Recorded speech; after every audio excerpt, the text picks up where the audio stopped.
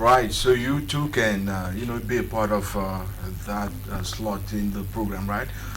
Just get in touch through one of the numbers you saw on the screen, and we can discuss and send you to the commercial department. And for the mere fact that you came through inside, you can benefit from discounts that would amaze and surprise you. That was business time. It's over now. Let's turn our eyes and shift our focus back to politics, because we're going to be talking about young people across Cameroon. Well, this year, 2020, is supposed to mark a turning point for the future and evolution of young people, not only those based in Cameroon, but their counterparts across the continent. But that depends largely on whether or not the governments of the countries of Africa will enact the reforms that are needed to give the young people across the continent reason to nurture hope for their future. Thanks for coming, Kenga Fak Ernest. Thank you, Mr. Divine. It's a pleasure to be here and talk it's about our pleasure. We really our appreciate that future. you can travel from Boya on a ghost town day to Douala. It's not easy, but we sincerely thank you for coming. yeah, because of the challenges of the future, we can always take those the risks to see how we make up with the future we desire. Just to let you know that Ernest Nkengafag is the Cameroon chapter president of the Africa Patriotic Youth Council movement. Yeah, This time I got it correct. yeah, it's the African Patriotic Youth Council movement, and I am the continental president. And I was belittling you. And at the national level, I'm the divisional president for Cameroon National Youth Council. So that is how I think I should use my position as it is now to enable create change and see how we can create the desired change that we, the African youth, are longing for. Okay. Yeah. Now, I was saying it in the introduction. 2020 is supposed to be a year of many things for young people across the continent. But then those reforms you are requesting and demanding from the governments, I'm not sure if you are hopeful you get all of them. But first of all, why are the reforms in the first place? We believe that in the reforms that we expect from our African governments in the year 2020, it should touch more on education, migration, and we should also see some reforms in addressing issues like conflict, which has become like breakfast in Africa. So on education, we have seen how so doctors threaten to commit suicide in order to get a job. Right. This is so embarrassing. That is like who are supposed that to is be like creating wealth and creating jobs for younger people. that is like a patient threatening a doctor threatening a patient that if you don't come to ask for my services, I will commit suicide. That is that embarrassing that the educational system we've built in Africa cannot create jobs. It can only end up threatening to commit suicide. I would think that the government should look into those areas. It is so embarrassing that a government that is not yet matured in his economic standpoint, political standpoint, industrial standpoint, is still at this level not being able to employ those that have acquired the knowledge to reform this aspect of challenges we are facing. You touched on it basically because I know the governments, I mean, not say the government of Cameroon alone, right? The governments across sub-Saharan Africa especially are going to tell you that oil prices have tumbled for a while. They've not been going back upwards, and that their coffers and their treasuries are almost empty. So where do they get the money to bankroll the projects? That can be a very hypocritical excuse to be mentioned by any leader, because there are leaders, there are governments where they don't even have oil, but yet they are loaning us money. There are governments that we see them, that they don't even have 20% of our own resources, but yet we are running to them for assistance. How do they make up their own development such that we can be able to admire it? Those excuses are excuses of failed leaders. So we should not begin to look at those excuses and hope that we can. Now you see, politics, I have said I don't just believe that politics should have a role to play again in this 21st century. Rather, we should look at some So how new do you get your leaders selected? politically. No, we should look at track record of individuals. Your track record should be able to position you where you intend to be.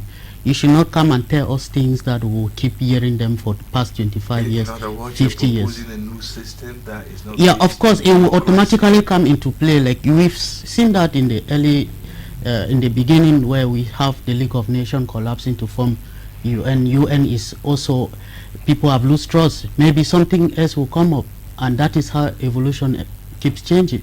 So as we, the youth of today, we are fortunate to be in a position where we cannot only be told where we ought to be, we are aware of where we ought to be. And so we don't believe that being you who you can dictate to us our direction. That is not what we think we should be. And because of that, we think that we have challenges and nobody has been listening. These challenges have been there since independence of many countries in Africa. If somebody is today telling you that he will handle that same challenge, and you believe that person whom has been there for past 50 years, then you are just making a fool of yourself. I like it when you said today the youth know where they ought to be. Yes. Why aren't they there? They are not there because they were believing that the promises made by their leaders will be fulfilled The future of tomorrow. for the future of tomorrow. Some of them have grown old in that same promise, and so they believe now that it is high time we start doing something. Like yesterday, I have this week I have been able to contact our representatives in Libya, Morocco, and Uganda. And in fact, at the continental level, we have been able to discuss with over 15 countries this week to see how the vision of this 2020 we are starting is going to look like. This is what we think that when we are looking forward to implement some reforms in our thought, in our mindset. It should be touching each African in various regions, so that by the time we achieve peace in Cameroon, it should definitely be achieved somewhere else in another area of Africa, maybe North Africa, South, and other areas of Africa. When we keep working in this continental, when we have the continental agenda at heart, we will end up achieving our individual satisfaction. Because right now, if you were having your individual plans, the crisis in Cameroon have stopped it. You cannot go. But if you were having a national plan, perhaps your national agenda would have resolved the issue of this crisis from coming up. So we think that the agenda of Africa should be discussed at the continental level. Peace in Africa, everything in Africa, economic in Africa should be described at the continental level. When you start looking at the continental challenges, you are definitely looking at the national challenges. Yeah, I'm listening to you and looking at you, and I'm saying to myself, this sounds a little bit much more utopic than real.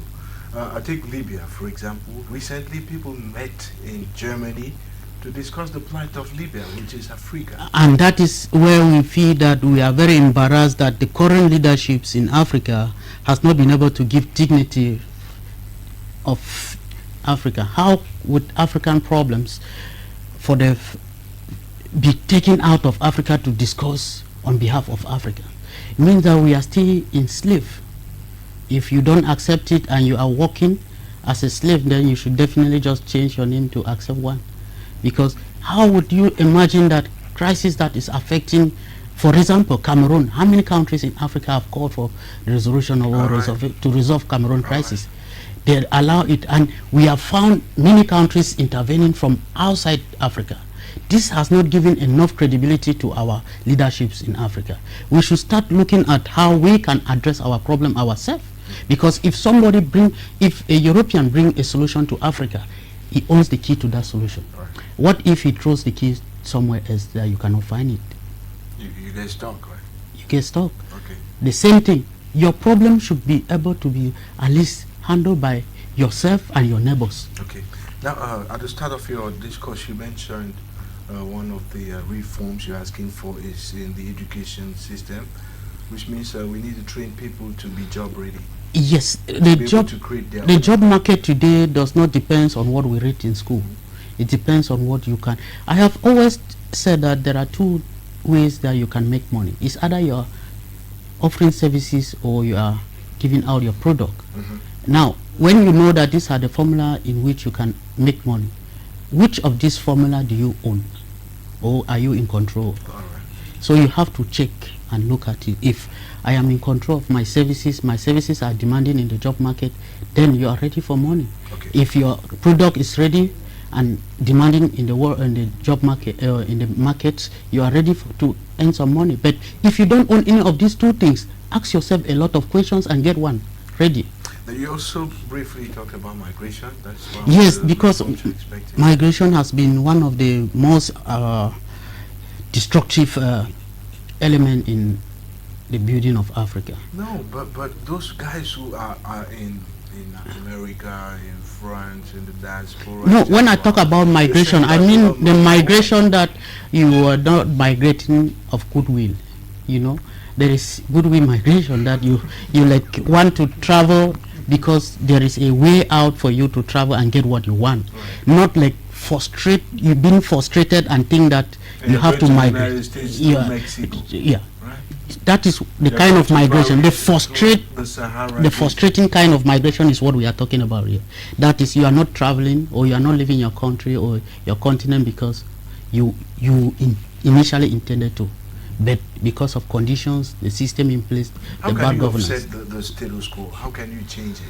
You know, as we speak, there are young people who are going through Chad to Mali and They will are. be stuck in Libya for a while. That is why, if you look at our How do you change 2020 vision for the APYCM, in April we're going to be in Uganda for the workshops. Maybe Nigeria is next month. So when you look at this, we think that it's high time you start. It's soft copy. When the mind is well reformed, actions too will be reformed or will be changed. So we have to give them the mindset. We have always been talking about mindset reformation, Are you sure because when you give them the mindset reformation that it will make them make good decisions for themselves, at least you are actually achieving something. Because some of these people, when you sit them down and get reasons why they are leaving the continent, you will be shocked. Some of them maybe they just need like 100,000 francs CFA to start up a business but yet they are not into. And someone proposes, especially when it comes to ladies, they may propose free sponsorship, not because they love them so much that they want to help them, but because they have secondary aims. Yeah, So these are things that are affecting our youth, and we, the youth, being able to identify this and sitting quiet will not be helpful for our generation. I like it when you mention mindsets, right? Because when I look at the young people across Cameroon, for example, look at what happens in our schools these days. Children stab their teachers. Yeah. Others are in bars around churches and school campuses drinking alcohol. Yes, it's Can you very. change mindsets in environments like this? Yeah, you change mindset when you know. Upfront is how We have seen in the history of America, we've seen Martin Luther King using